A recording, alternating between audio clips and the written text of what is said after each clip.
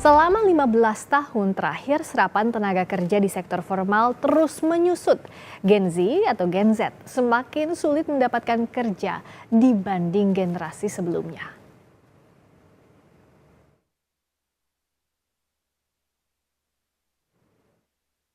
Badan Pusat Statistik mencatat selama 15 tahun terakhir, serapan tenaga kerja di sektor formal terus menyusut.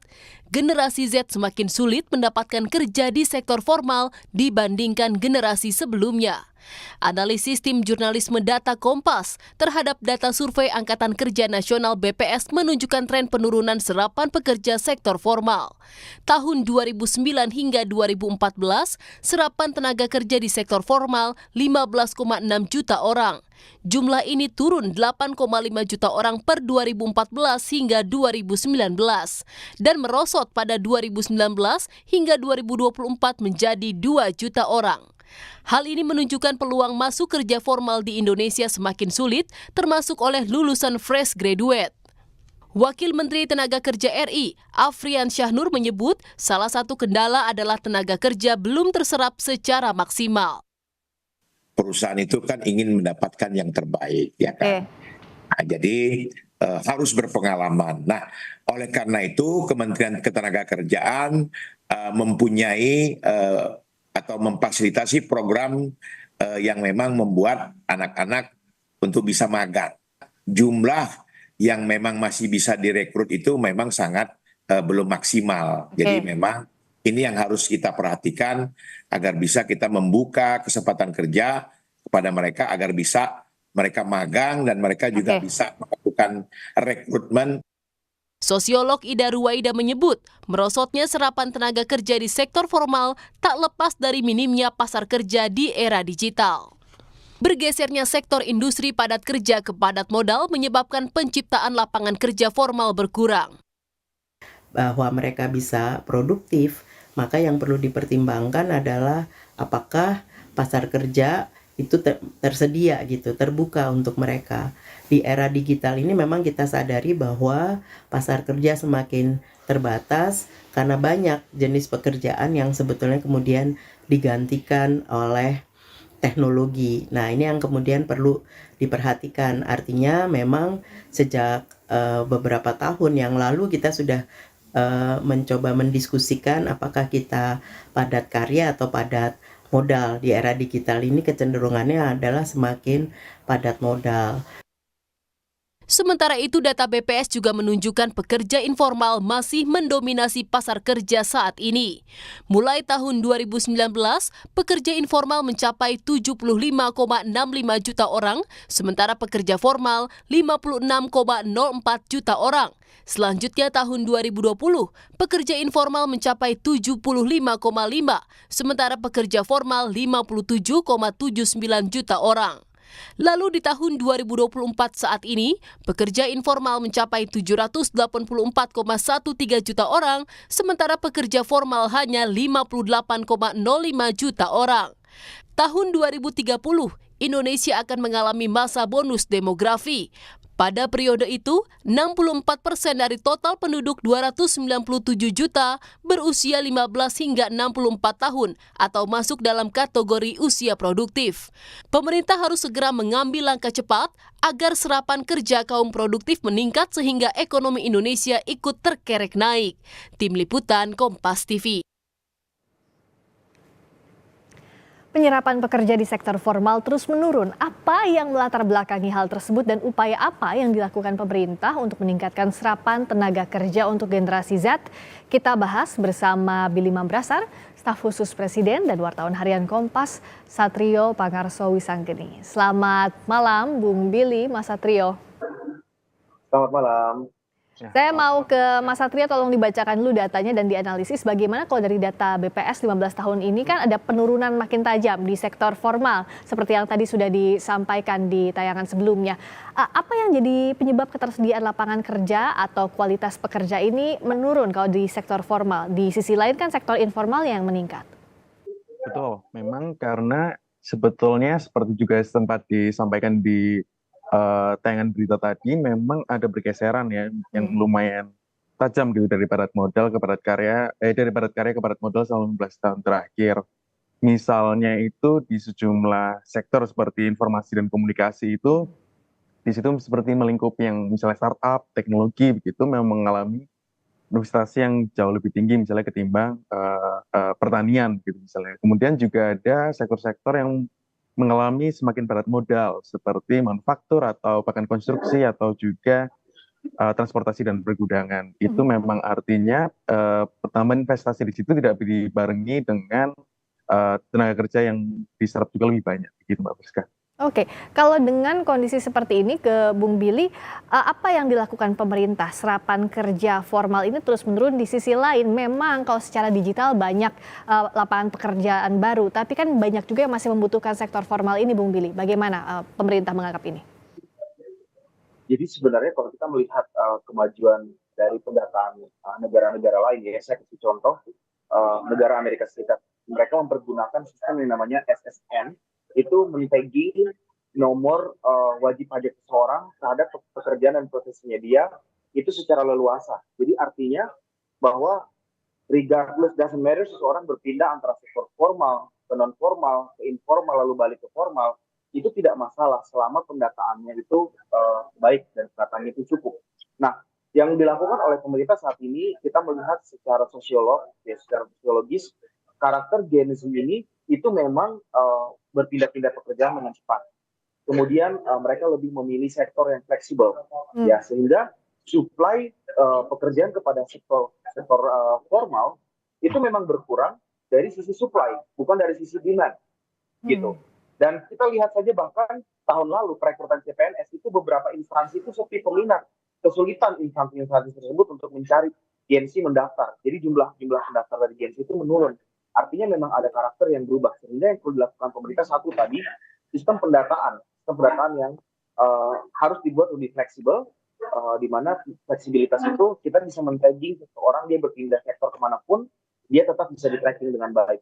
Dan yang kedua adalah kita lihat arahan dari Presiden Joko Widodo melalui perubahan Undang-Undang Cipta Lapangan Kerja kemarin adalah untuk memberikan fleksibilitas dari sisi pemberi kerja agar mengakomodir keinginan-keinginan daripada perilaku Gen Z yang dapat difasilitasi dan diakomodir dengan baik melalui terms and condition pekerjaan yang lebih fleksibel. Gitu. Nah, ini kabar baik atau tidak Mas Satrio? Artinya secara step pendidikan, secara penyediaan lapangan kerja yang ada sekarang dengan lebih banyaknya sektor informal, kalau berdasarkan data ini kabar baik atau tidak, atau ada yang perlu diwaspadai kalau Mas Satrio lihat? Nah, sebetulnya kalau dalam kondisi sekarang ya, dari informal dan formal itu mungkin memang ada sejumlah yang seperti Bung Billy ceritakan tadi memang mungkin ada fenomena baru, tetapi kalau dari data juga menunjukkan bahwa sektor formal masih bisa memberikan kesejahteraan yang lebih baik. Okay. Karena dari BPS juga mencatat bahwa penghasilan sektor formal itu memang lebih tinggi daripada sektor informal saat ini. Kami juga akan menerbitkan liputan terbitan di besok, itu juga menunjukkan bahwa mungkin kewirausahaan yang di sektor informal itu juga masih didominasi dari usaha yang mungkin berpendapatan rendah. Itu juga artinya membuat masyarakat kita masih rentan kalau misalnya ada goncangan krisis misalnya seperti pandemi kemarin, begitu sih. Nah, ini kan menarik ya kalau pola pikirnya mana yang lebih dipilih. Mas Billy, misalnya kalau untuk pilihan sektor informal yang high risk, high return, tapi dalam kondisinya Gen Z yang baru mencari pekerjaan, tentu ini juga jadi challenge untuk pemerintah. Di sisi lain tadi datanya Mas Satrio bilang bahwa sektor formal ini masih rata-ratanya memberikan kesejahteraan lebih baik. Nah, pemerintah bagaimana menengahinya? Kalau Pak Jokowi juga kan sejak pemerintahannya sudah menggaungkan misalnya pendidikan vokasi. Tapi pada praktiknya apakah sudah semaksimal itu untuk serapan kerja di sektor formal maupun informal? Ya, kalau memang permasalahannya adalah accumulated income, kan ada dua hal di sini kan, pengukuran output daripada jumlah pekerja sebagai informasi pekerja informal itu sampai mencapai angka 83,34 juta di tahun 2023. Ini signifikan banget.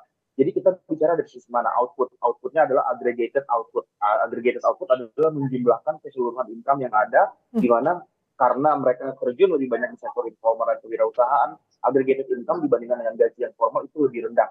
Nah, tetapi kan kita lihat bahwa faktor psikologis, faktor antropologis ya, dan sosiologis daripada generasi muda ini yang lebih menginginkan fleksibilitas tadi itu tidak bisa kemudian diintervensi memaksa mereka. Maka yang perlu dilakukan adalah program-program social safety net, program-program incentivizing, misalnya melalui kartu prakerja yang sudah menjangkau hingga 17 juta orang, itu adalah untuk mendorong peningkatan skala skill kapasitas agar naik dan mereka bisa menghasilkan yang lebih lagi. Yang kedua adalah kebijakan. Kebijakan itu mewajibkan adanya norma-norma yang mengatur keterlibatan mereka di sektor informal dan non formal pun bisa menghasilkan income yang tinggi, artinya produktivitas mereka meningkat, sales dan marketing mereka meningkat.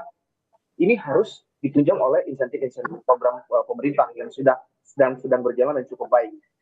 Ya, agak menarik kalau misalnya kita bicara soal Gen Z ini, Mas Satrio. Jadi untuk jembatannya, kalau yang menurut data yang Anda analisis, apa yang bisa jadi jembatan antara yang tadi pemerintah sudah menyiapkan beberapa program pelatihan prakerja misalnya untuk pendidikan vokasi, dan juga menjembatani bagaimana Gen Z ini ingin sekali yang lebih fleksibel, suka pada fleksibilitas. Nah, apa yang bisa dilakukan agar klop program antara pemerintah dan keinginan Gen Z, dan juga kesejahteraannya ini juga tidak terlalu goyah jikalau ada krisis. Ini kan yang jadi tantangan besar ya Mas Satrio ya?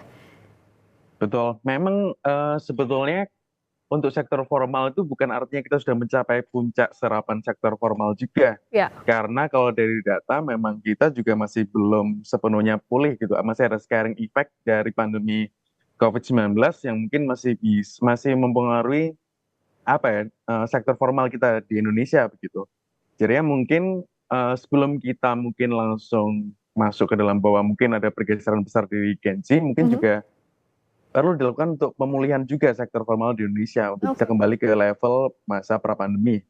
Seperti Pak Bahlil juga bilang bahwa mungkin memang sektor padat karya di Indonesia mungkin masih kurang bersaing gitu. Mungkin daya saingnya kurang besar dibandingkan negara-negara tetangga gitu. Jadi mungkin untuk bisa memulihkan ini mungkin ada bisa insentif yang lebih lebih menarik gitu, mungkin dari untuk investasi dari luar negeri untuk masuk ke Indonesia. Gitu, tidak hanya untuk menarik yang sektor padat modal. Gitu sih Mbak Priska. Nah, kalau Mas Billy membacanya bagaimana? Ya, menarik juga kalau kita lihat, kan kita tidak bisa parsial ya, hanya Gen Z saja yang diperhatikan, tapi di sisi lain juga angkatan kerja yang saat ini ada yang millennials, ada baby boomers, dan juga ada Gen Z yang baru masuk angkatan kerja. Bagaimana menyeimbangkan formal dan informal, kebutuhan sektor formal dan informal? Ya, dari pengalaman saya sendiri terjun melakukan pelatihan-pelatihan ya, baik melalui Papua Creative Hub atau melalui berbagai macam program yang lain. Memang karakternya itu berbeda antara generasi Y dan generasi Z, generasi X, Y, dan Z. Z ini memang adalah adventurers dan pengennya terjun ke sektor-sektor entrepreneurship, tetapi kemudian tidak dibarengi mungkin dari Mas Satrio tadi menyinggung dari sisi formal, tapi dari sisi informal pun peningkatan kapasitas itu juga harus dibarengi, sehingga ketika mereka memutuskan untuk sektor informal pun mereka harus memiliki kapasitas dan produktivitas yang tinggi agar menghasilkan economic output juga yang baik. Nah, kita juga tidak bisa menafikan tren dunia ini, ya, di mana tren buka, ya, di mana tren dari pekerjaan sendiri itu berubah. Kita lihat sekarang orang lebih memilih untuk bekerja dari rumah, orang lebih memilih untuk bekerja secara non formal, dan membuat mereka kemudian memang tidak ingin daftar, tidak ingin apply, tidak ingin melamar ke sektor formal. Nah, dari sisi kebijakan, insentif terbaik itu harus diluncurkan dan diharuskan kepada para pemberi kerja sektor formal untuk memastikan agar insentif terbaik bukan hanya dari sisi gaji ya, tetapi juga tunjangan, kemudian asuransi, dan yang lain-lain itu dapat menjadi faktor-faktor yang atraktif bagi para pelamar kerja ini untuk terjun dan masuk ke dalam sektor pekerjaan formal. Tetapi juga kita tidak bisa menafikan tren bahwa sektor informal dan non formal akan terus meningkat seperti itu ke depan. Oke, kalau Mas Satrio dan juga kita bicara soal kondisi Gen Z, sekarang juga tidak semuanya merata. Artinya ada yang mungkin menengah ke atas punya akses yang baik untuk pekerjaan sektor informal, bisa fleksibel. Tapi untuk yang menengah ke bawah yang dicarinya adalah kerja formal atau bahkan kerja kasar. Apa yang bisa dibaca Mas Satrio yang bisa dilakukan, karena beda juga perlakuannya tentu dengan tingkat atau strata ekonomi dengan kondisi hari ini? Tentu, betul. Apalagi memang kalau kita melihat dari struktur pendidikan angkatan kerja kita itu masih mendominasi yang lulusan SMP begitu. 55% lulusan SMP.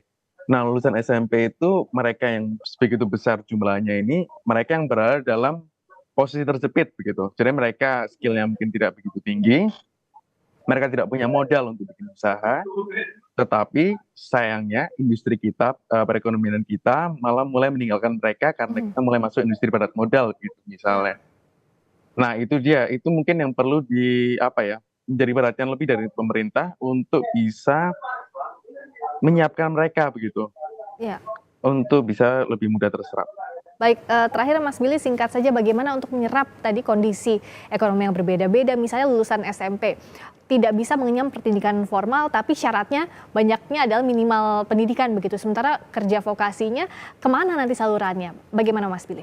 Iya, ini kan dua hal yang berbeda. Kita bicara angkatan kerja dan kita bicara aksesibilitas dan tingkat partisipasi pendidikan.